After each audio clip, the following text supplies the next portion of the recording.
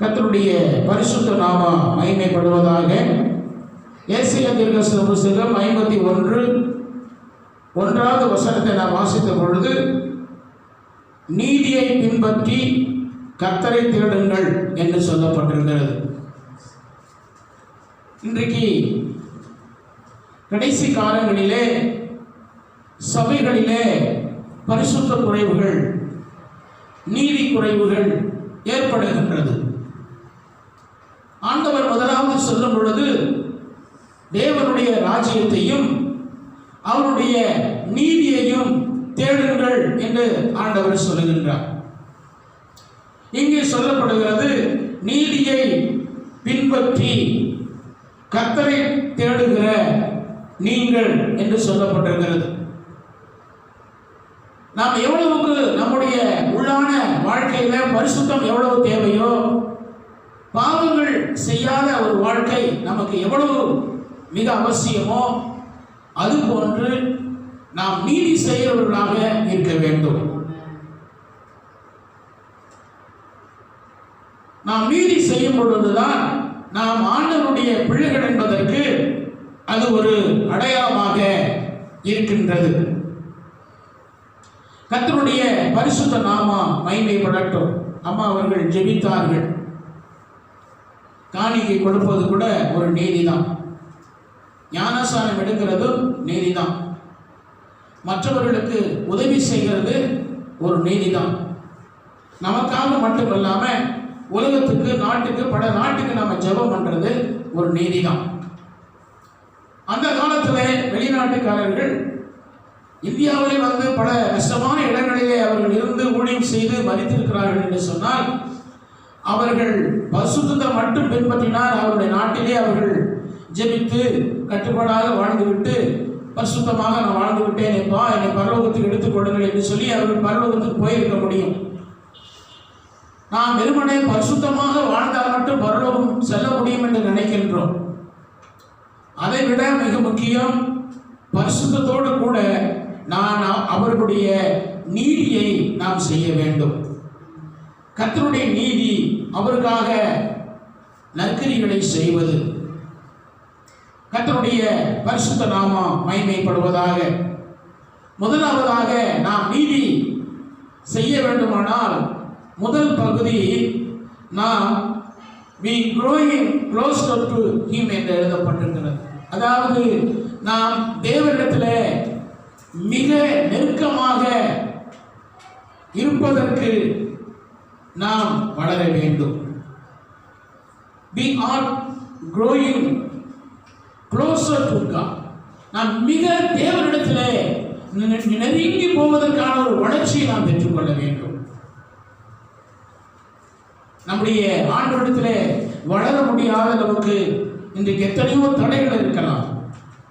எப்படி ஒரு நல்ல பயிர், நல்ல செடி, அது கனி கொடுக்க முடியாது, நல்ல வளர்ந்து கனி கொடுக்க முடியாதபடிக்கு ஒரு முள் அது எவ்வளவு அதை தடுத்து விடுகிறதோ, அது வளரக்கூடாதபடி சில முள் அது எதுவாய் அதை பின்னி அதை படுத்துகின்றதோ, அதே போல நம்முடைய வாழ்க்கையிலையும் நம் ஆண்டவரிடத்திலே நெருங்கி அவரிடத்தில் வளர முடியாதவர்களுக்கு முள்ளை போன்று ஸ்தோத்திரம் நம்மளை நெருக்கி போடுகின்ற, நம்மை வளர்ச்சியை கெடுத்து போடுகின்ற, தடுத்து போடுகின்ற, அருமையான சிஸ்டர் ஜெபித்தது போல சில உறவுகள் இருக்கலாம், உறவினர்கள் இருக்கலாம், நண்பர்கள் இருக்கலாம்.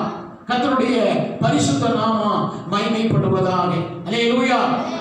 சிலருடைய குடும்பங்கள் இருக்கிற சில பிரச்சனைகள் கூட காரணமாக இருக்கலாம். ஐயா, நான் சபைக்கு வரலான்னு நினைக்கிறேன், ஆண்டவர் சுத்தத்தை செய்ய நினைக்கிறேன், ஆனால் எங்கள் வீட்டுக்காரு குடிச்சிட்டு என்னை அடிக்கிறாரு, சபைக்கு போக கூடாதபடி எனக்கு ரொம்ப பிரச்சனை பண்றாரு என்று ஒரு சிலர் அவர்கள் ஆண்டவருடைய வழியில் நடப்பதற்கு நல்லவர்களாக இருந்தாலும் அவருடைய கணவன்மார்கள் பிசாசு வழியாக அவர்களை தடுக்கிறார்கள், அவர்கள் ஆண்டவருடைய சித்தத்தை செய்ய முடியாதபடி கெடுக்கிறார்கள் என்று சொல்லி பார்க்கின்றோம். அல்லேலூயா. முதலாவது நாம் நீதியை பின்பற்ற வேண்டும். ஆண்டவரை பின்பற்றுகிறவர்கள், நாம் பரிசுத்தமாக இருக்கிறோம் என்று சொல்லுகிறவர்கள், நாம் நீதி செய்கிறவர்களாக, நீதியை தேடுகிறவர்களாக, நீதியை பின்பற்றி செல்லக்கூடியவர்களாக நாம் இருக்க வேண்டும். கர்த்தருடைய பரிசுத்த நாமம் மகிமைப்படட்டும். நாம் பரிசுத்தமாக ஜீவிப்பதினால் ஆண்டவர் நம்முடைய ஜெபத்தை கேட்கிறார். ஆனால் அநேகர் பரிசுத்தமாக ஜீவித்தாலும் ஏன் ஆண்டவர் ஜெபத்தை கேட்கவில்லை? அவர்கள் பாவங்கள், விபச்சார பாவங்கள் செய்யவில்லை, மதுபானங்களை குடிக்கவில்லை, ஆபாசமான இச்சையான படங்களை எல்லாம் அவர் பார்ப்பது கிடையாது. உண்மைதான், மிக கட்டுப்பாடு உண்டு, மிக பரிசுத்தம் உண்டு, ஆண்டவருக்கு பயத்தோட ஜெபம் உண்டு. அப்படி இருந்தும் ஏன் அவர்களுடைய ஜெபங்கள் கேட்கப்படவில்லை? பரிசுத்தமா இருக்கிறதுனால மட்டும் ஜெபம் கேட்கிறது நினைத்து பரிசுத்தம் பரிசுத்தம் என்று பேசிக்கொண்டு ஜெபிக்கிறார்கள். ஆனால் பரிசுத்தம் மட்டுமே நமக்கு பதிலை கொண்டு வராது. நாம் நீதி செயலாக இருக்க வேண்டும். ஏனென்றால் நம்மிடத்திலே நீதி இல்லாத பொழுது நம்முடைய பரிசுத்தம் நமக்கு உதவி செய்வது கிடையாது. நாம் நீதியை செய்யாதபடிக்கு, நீதியை தேடாதபடிக்கு, கர்த்தருக்கு பிரியமான நீதியை நாம் நிறைவேற்றாதபடிக்கு நாம் பரிசுத்தமாக மட்டும் இருக்கிறோம் என்று நம்முடைய பரிசுத்தத்தை மட்டும் நம்பி நாம் பரலோகத்தின் நன்மையை பெற்றுக்கொள்ள முடியாது. அல்லேலூயா. ஒரு பக்கம் இம்பார்ட்டன்ட், முக்கியம்தான், பரிசுத்தமாக வாழ வேண்டும் என்பது உண்மைதான். ஆனால் அதோடு கூட சோதரன் அநேகருடைய ஜெபங்கள் கேட்கப்படாமல் போனதற்கு காரணம் என்ன? அவர்கள் நீதியாக நடக்கவில்லை, நீதியாக காரியங்களை செய்யவில்லை, நீதியாக சபையில் ஆராதனை செய்யவில்லை, நீதியாக சபையை கொடுக்கவில்லை, நீதியாக தேவ மனிதனுக்கு செய்ய வேண்டிய கடமைகளை நீதியாக செய்யவில்லை. ஆனால் அவர்களுக்கு பரிசுத்தம் இருந்தது, ஆனால் அவருடைய வாழ்க்கையிலே நீதி இல்லாதபடினாலே அவர்கள் ஜெபம் பண்ணியும் அவருடைய ஜெபங்களுக்கு பதில் இல்லை. அல்லேலூயா. ஆகவே நாம் பரிசுத்தம் என்று அநேக ஊழியர்கள் பேசுகிறார்கள். பரிசுத்தம் தேவைதான், ஆனால் நீதி இல்லாத ஒரு பரிசுத்தம் ஆண்டவரிடத்திலிருந்து ஜெபத்துக்கு பதிலை கொண்டு வராது என்று சொல்லி நாம் பார்க்கின்றோம். நேரத்தில் சில ஊத்தர்கள் வழியாக சில நன்மைகளை கர்த்தர் செய்ய திட்டமாக இருப்பார், உண்மைதான். ஆனால் அநேகர் தங்களுடைய வாழ்க்கையில கர்த்தருக்கு ஸ்தோத்திரம், ஆண்டவருக்கு பிரியமாக நடக்கிறவர்களாக நாம் வாழ வேண்டும். அல்லேலூயா. கர்த்தருக்கு ஸ்தோத்திரம். பிறனுக்கு அப்படின்னு சொல்றார். பிறன் என்றால் என்ன? அடுத்தவங்க, முன்ன பின்ன தெரியாதவங்க, நோ ரிலேஷன்ஷிப், எந்த உறவுமே இல்லாதவங்க, அதான் பிறன் என்கிறார். இயேசுநாதர் இந்த உலகத்தில் வரும்போது ஆண்டவர் என்ன சொல்றாரு? இயேசு யாரு? சமாரியன் என்கிறார். அல்லேலூயா. நல்ல சமாரியன். சமாரியன்னா என்ன? சமாரியன் என்றால் இஸ்ரேல் ஜனங்களுக்கு, இஸ்ரேல் கோத்திரங்களுக்கு, யூத ஜனங்களுக்கு அற்பமாய் எண்ணப்பட்டவர்கள், புறக்கணிக்கப்பட்டவர்கள், வெறுக்கப்பட்டவர்கள். அல்லேலூயா. ஆனா ஆண்டவர் அந்த இடத்துல வரும்போது அந்த சமாரியன் கதையை சொல்லும்போது என்ன சொல்றாரு? அவன் இந்த கள்ளர் கையிலே அங்கே அடிபட்டு குற்றுயிரும் குளவுயிருமாக அவன் அங்கே உயிருக்கு போராடி கொண்டிருக்கிற இடத்துல லேவியன் வருகிறான். அவன் வந்து பக்கமாய் விலகி போகிறான். ஆசாரியன் வருகிறான். அவனும் வந்து பார்த்துட்டு அவன் ரத்தத்தோடு கிடக்கிறத பார்த்துட்டு அப்படியே பக்கமாய் விலகி போகிறான். ஆனால் கர்த்தருக்கு ஸ்தோத்திரம், அவன் யார் என்பதை லேவியனுக்கும் தெரியும், ஆசாரியனுக்கும் தெரியும். அவன் எருசலேமிலிருந்து வந்தவங்க, இவன் எருசலேமில் உள்ளவன், அவன் நம்ம ஆளு என்பதை அவனுக்கு தெரியும். ஆனால் அந்த ஆபத்துல அவனுக்கு இரக்கம் இல்லை, உதவி செய்கிற மனப்பான்மை இல்லை.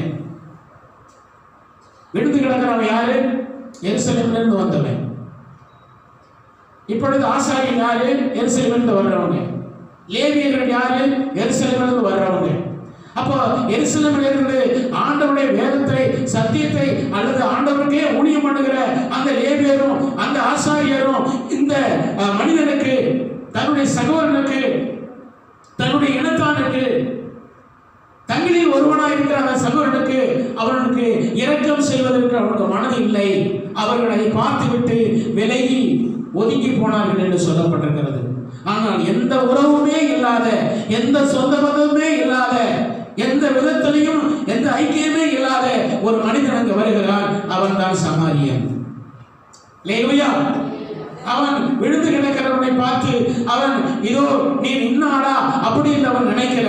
அவன் நினைத்தது எல்லாம் அவனை காப்பாற்றும்படியான இரக்கம் மனதுருகி அவன் தன் சுய வாகனத்தை விட்டு இறங்கி அவனுடைய காயங்களை கட்டி கர்த்தருக்கு ஸ்தோத்திரம், அவனுடைய ஸ்தோத்திரம், அவனுடைய எண்ணெய் ஆற்றி அவனை தன்னுடைய சுய வாகனத்தின் மேல் எடுத்து சென்று சத்திரத்திலே அவனை ஒப்பு கொடுத்து, இவனை பராமரியுங்கள், நான் திரும்பி வரும் பொழுது இவனுக்காக எதையாவது நீங்கள் அதிகமாக செலவு செய்திருந்தால் நான் திரும்பி வந்து கொடுக்கின்றேன்.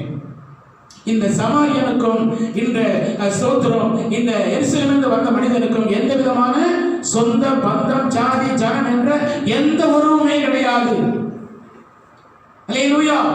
ஆனால் இன்றைக்கு சபைகளிலே ஜாதி வெறிகள் தலைவிரித்து ஆடுகிறது.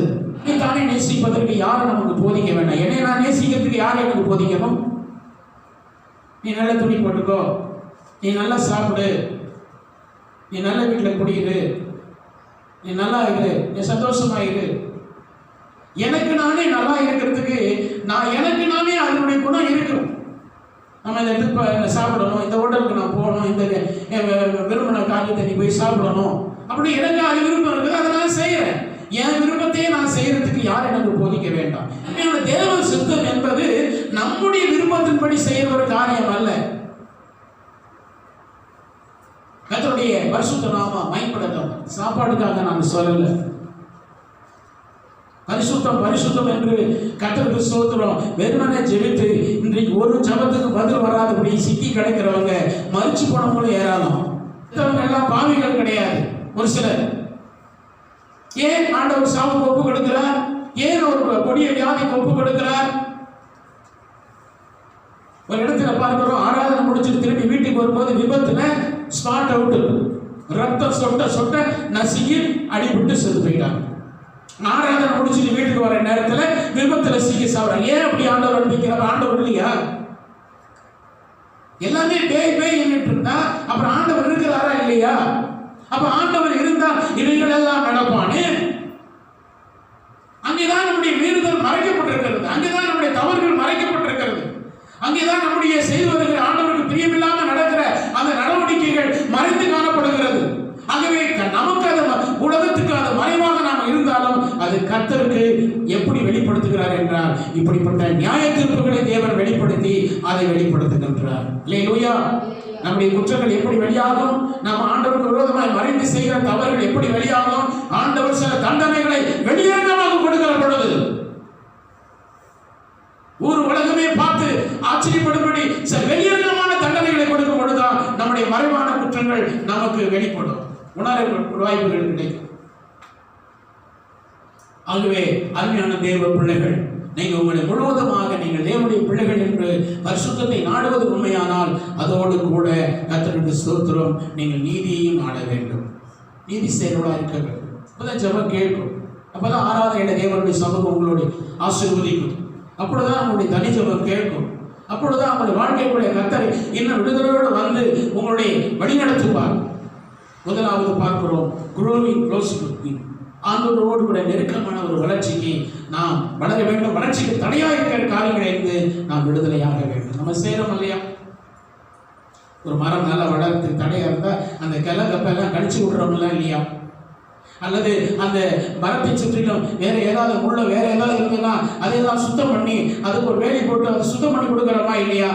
ஏன்னா அந்த மரம் வளர்றதுக்கு ஒரு தென்னை மரமாக இருந்தாலும் வேற என்ன ஒரு மாமரமாக இருந்தாலும் வேற எந்த நல்ல மரமாக இருந்தாலும் அதற்கு வளர்ச்சிக்கு எதெல்லாம் தடையை பார்த்துட்டு, ஏன் ஒருவேளை அந்த மரத்துடைய கிளையே தடையா இருந்தா அதை கழிச்சு நல்லா வளரணும்னா கழிச்சு விடணும்னு சொல்லி கழிச்சு விடுறோம் இல்ல? அதே போல் நம்முடைய வாழ்க்கையில நம்முடைய ஆண்டவருக்காக வாழுகிற அந்த ஆவிக்குரிய வாழ்க்கைக்கு நமக்கு வளர்ச்சி தடை செய்யக்கூடிய எந்த காரியமும் அது வேற நம்முடைய சரீரத்தில் உள்ள சுபாவமாக இருக்கலாம், நம்முடைய பேச்சா இருக்கலாம், நம்முடைய பார்வையா இருக்கலாம், நம்முடைய நடக்கையா இருக்கலாம். அதிலிருந்து நாம் ஒரு பரிசுத்தத்தை பெற வேண்டும், சுத்திகரிப்பை பெற வேண்டும். ஒன்று நமக்குள்ளே அந்த மரம் வளர்வதற்கு நாம் முதல்ல எதை சுத்திகரிக்கிறோம்? அந்த கப்புகளே சுத்திகரிக்கிறோம். அப்படின்னா நமக்குள்ளே சில தடைகள் நமக்குள்ளே காணப்படும். அது குணமா இருக்கலாம், பேச்சா இருக்கலாம், எண்ணமா இருக்கலாம், பார்வையா இருக்கலாம். சோ அதிலிருந்து ஒரு சுத்திகரிப்பை நாம் பெறும்பொழுதுதான் நாம் ஆவிக்குரிய காரியங்களை என்ன செய்ய முடியும்? ஆண்டவரோடு நெருக்கத்திலே வளர முடியும். இன்னொன்று வெளியாட்கள் மூலமாய் வருகிற காரியங்கள். அருமையான தேவ பிள்ளைகள், கர்த்தருடைய பரிசுத்த நாமம் மகிமைப்படுவதாக நாம் தேவனை தேட வேண்டும். வேதத்தில் வாசிக்கிறோம், நீதியை பின்பற்றி கர்த்தரை தேடுகிற நீங்கள் எனக்கு செவி கொடுங்கள். அல்லேலூயா, கர்த்தருக்கு ஸ்தோத்திரம். அப்போ முதலாவது வசனங்களை நம்ம கவனிக்கணும், கர்த்தருக்கு செவி கொடுக்கணும். இரண்டாவது அந்த பகுதியை வாசிக்கும் போது seeking his presence என்று சொல்லப்படுது. அதாவது முதல்ல ஆண்டவரோடு நெருக்கமாக வளரணும். இரண்டாவது அவருடைய சமூகத்தை தேடணும். இன்னைக்கு நான் ஜெபம் பண்ணல, மத்தியானம் ஜெபம் பண்ணல, இரவு ஜெபம் பண்ணல, அதிகமான சினிமா மோகம், அதிகமான மற்ற மக்களோடு உட்கார்ந்து, இந்து மக்களோடு, ஆண்டவரை அறியாத மக்களோடு, ஆண்டவர்னா என்னன்னே தெரியாத மக்களோடு, அவங்க பக்கத்து வீட்டுக்காரன், அவங்க பக்கத்து வீட்டுக்காரி, அவன் அங்கே போனா, இங்கே போனா, இவங்க கூட போனா, அவங்க கூட போனா, அங்கே பண்ணிட்டு வந்தாங்க, இதை திருவிட்டு வந்தாங்க, அதை பிரார்த்தனை பண்ணிட்டு வந்தாங்க, இதையே உட்கார்ந்து இந்த நாயத்தை பேசிக்கிட்டு இருந்தா நம்முடைய ஆவிக்குரிய வாழ்க்கை எப்படி? அப்ப மனுஷனை எதை நம்ம அதிகமா பேசுறோமோ, எதை அதிகமா பார்க்கிறோமோ, எதை அதிகமான எண்ணங்கள் நமக்குள்ள மனசுக்குள்ள வருதோ, அவைகள் ஆண்டவர் தேட முடியாதபடி தடுத்து நிறுத்தும். அல்லேலூயா. ஜெபிக்கிறதுக்கு அது தடையை கொண்டு வந்துடும், ஜெபிக்க முடியாது. ஆலயத்துக்கு வர்றதுக்கு தடையை கொண்டு வந்துடும், ஆலயத்துக்கு வர முடியாது.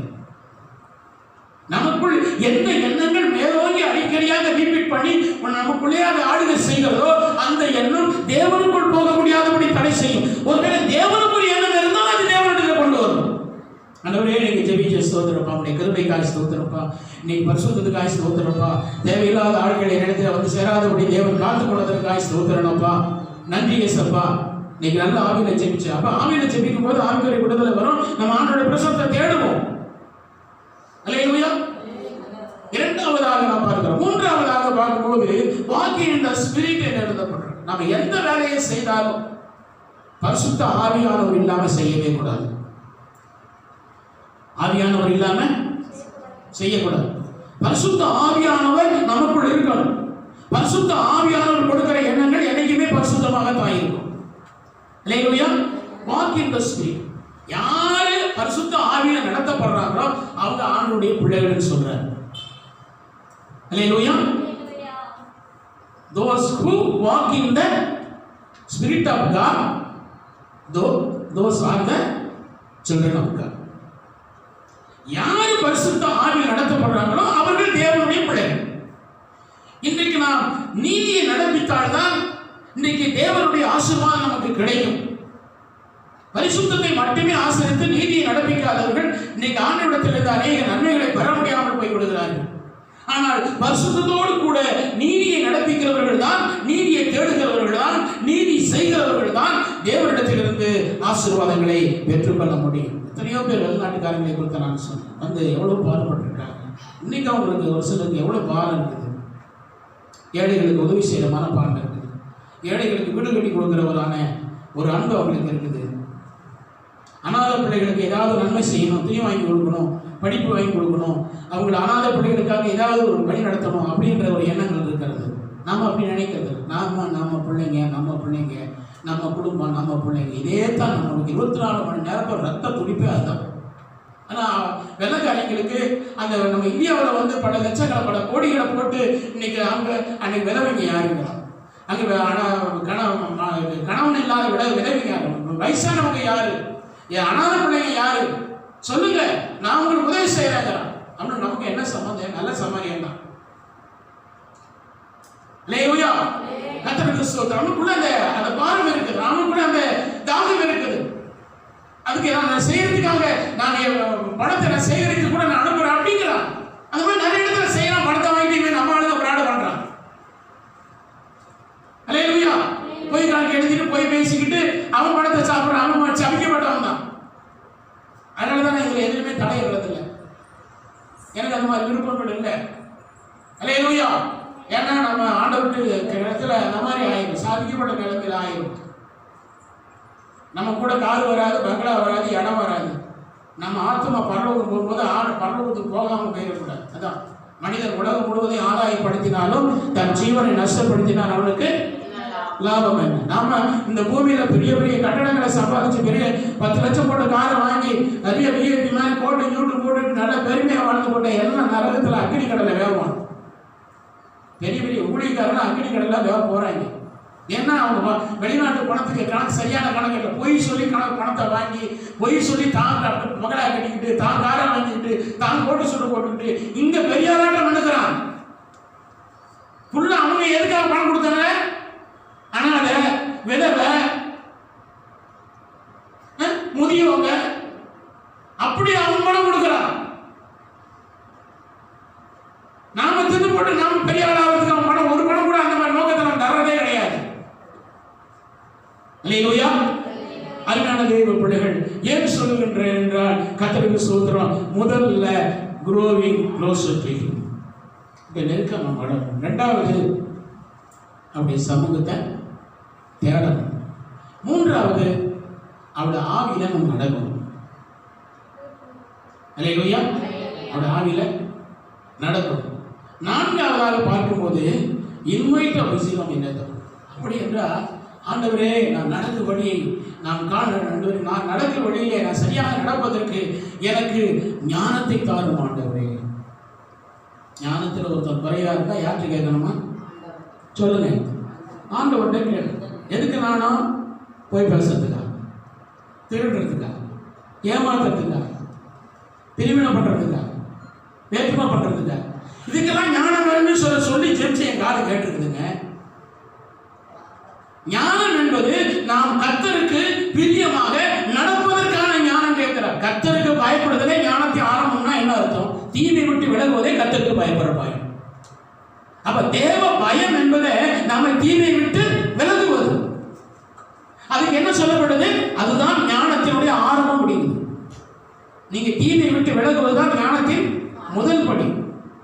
அப்ப ஞானத்தை கேளுங்க. அல்லேலூயா. பூமிக்குரிய ஞானம் பூமிக்குரியது. அதுதான் ஆண்டவர் ஞானத்தை பற்றி சொல்லும்போது, நீங்கள் உலகத்துக்குரிய ஞானத்தை போல உலகத்தின் ஞானம் வேண்டாம் அப்படிங்கிறார். நீங்கள் தேவனுக்குரிய ஞானம் உள்ளவர்களாக இருக்க வேண்டும். தேவ ஞானம் எப்படி? பரிசுத்தத்தில் இருக்குது.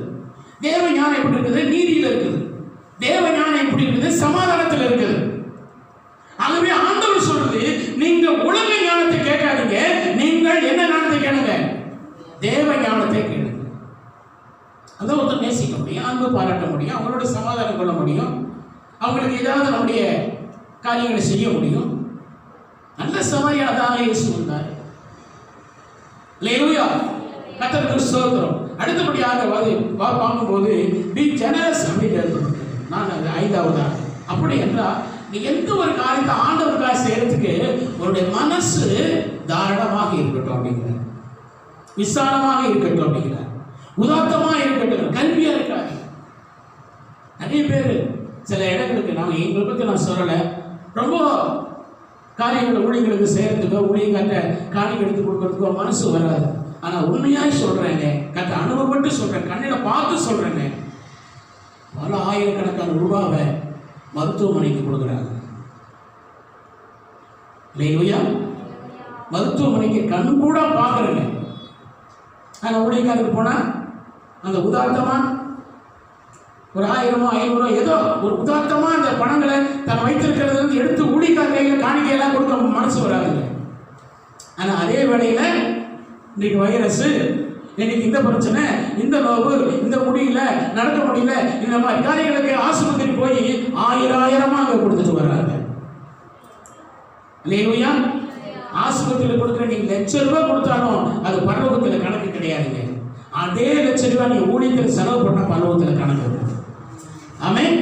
₹1,00,000 நீங்க ஆலயப்பணிக்கு கொடுத்தீங்கன்னா, பல லட்சங்களை நீங்க ஆண்டவருடைய ஊழியக்காரருடைய அப்பந்தனை ஆதாரங்களுக்கு கொடுத்தீங்கன்னா, சில பணங்களை கர்த்தருடைய நாமம் மகிமைக்கென்று அவர் ஊழியத்தில் நீங்க விதைச்சீங்கன்னு சொன்னா, வேதம் சொல்லுது, என் நாமத்தினாலே, என்னுடைய ஆலயத்தின் நிமித்தம், என்னுடைய நாமத்தின் நிமித்தம், என்னுடைய ஊழியத்தின் நிமித்தம், என் நிமித்தம் நீங்கள் இந்த பூமியில கொடுத்த ஒவ்வொன்றுக்கும் பரலோகத்திலே கணக்கு இருக்கிறது, பரலோகத்திலே பொக்கிஷம் இருக்கிறது. நீ ஆஸ்பத்திரியில் மருந்துக்கு, மாத்திரைக்கு, ஆபரேஷனுக்கும் நீங்க 4 லட்சம் கொடுத்தாலும் பரலோகத்தில் அதுக்கு கணக்கு கிடையாது. ஆனால் ஒரு ₹1000 நீங்க ஆண்டவருடைய சபையில் கொடுத்தாலும் பரலோகம் கணக்கு வச்சுக்குது. கரங்களை தட்டி கர்த்தரை மகிமைப்படுத்துவோம். ஆமென். அருமையான தேவ பிள்ளைகளே, உதாத்தமாக ஹார்ட் தாராளமானவர். ஊழியனுக்கு கையை மடக்கக்கூடாதுன்னு பைபிள் போட்டிருக்குதுங்க. உங்க வீட்டிலே ஊழியர்கள் ஆசீர்வதித்து ஜெபிக்க வரும் பொழுது அந்த ஊழியக்காரனுக்கு நீங்க மனம் திறந்து கொடுக்காதபடி உன் கையை என்ன செய்யாதிருப்பாங்க, மனம் மடக்கி கொள்ளாதிருப்பாயாக. அல்லேலூயா. யாருக்கும் கொடுக்கும்போது என்ன சொல்றாரு, உலகத்துல உங்களுக்கு ஒரு பிசினஸுக்கு வேலை இருக்கு, வியாபாரம் இருக்கு, எல்லாம் இருக்குது. ஆனா என்னுடைய ஊழியக்காரருக்கு நான் தான் சொல்றேன். அவங்களுக்கு இந்த பூமியில என்ன இல்லை, பிழைக்க வேலை இல்லை, தொழில் இல்லை, வியாபாரம் இல்லை, அவன் பிழைக்க வருமானத்துக்குரிய இந்த பூமியில என்றுமே கிடையாது. எனக்கு ஊழியம் செய்கிறேன், என்னுடைய அடியானுக்கு நானே சுதந்திரமாயிருக்கிறேன். நான் தான் அவனுக்கு உணவு கொடுப்பேன், நான் தான் அவனுக்கு எல்லாமா இருந்து என் ஊழியத்தை செய்து நான் எஜமானா இருந்து நான் எல்லாவற்றையும் கொடுப்பேன். அல்லேலூயா. அப்படிதான் நடக்குது, அப்படிதான் நடந்துகிட்டு இருக்குது. அல்லேலூயா. கர்த்தருக்கு ஸ்தோத்திரம். ஆகவே முதலாவதாக ஸ்தோத்திரம், growing closer to him. இரண்டாவதாக seeking his presence. மூன்றாவதாக walking in the spirit. நான்காவதாக invite vigilant. ஐந்தாவதாக be generous. தாராளமாக இருங்கள். நான் சொல்வது நீங்கள் பொய் என்று நினைக்காதீங்க. ஒருவேளை எனக்கு ஏதோ செய்யலாங்கிறதுக்காக இவர் இப்படியெல்லாம் சாப்பிடும், நெவர். கண்ணால பார்க்கிறேன். அல்லேலூயா. ஆஸ்பத்திரியில பல ஆயிரங்களை செலவழிச்சிட்டு உட்கார்ந்துட்டு இருக்காங்க. அல்லேலூயா.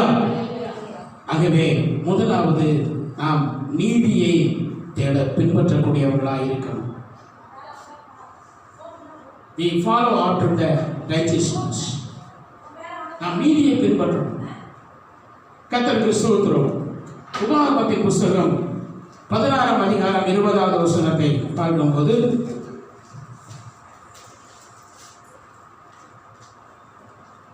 நீ பிழைத்து உன் தேவனாகிய கர்த்தர் உனக்கு கொடுக்கும் தேசத்தை சுதந்தரித்துக் கொள்ளும்படிக்கு நீதியையே பின்பற்றுவாயாக. ஆமென். நீதியை பின்பற்றுவாயாக.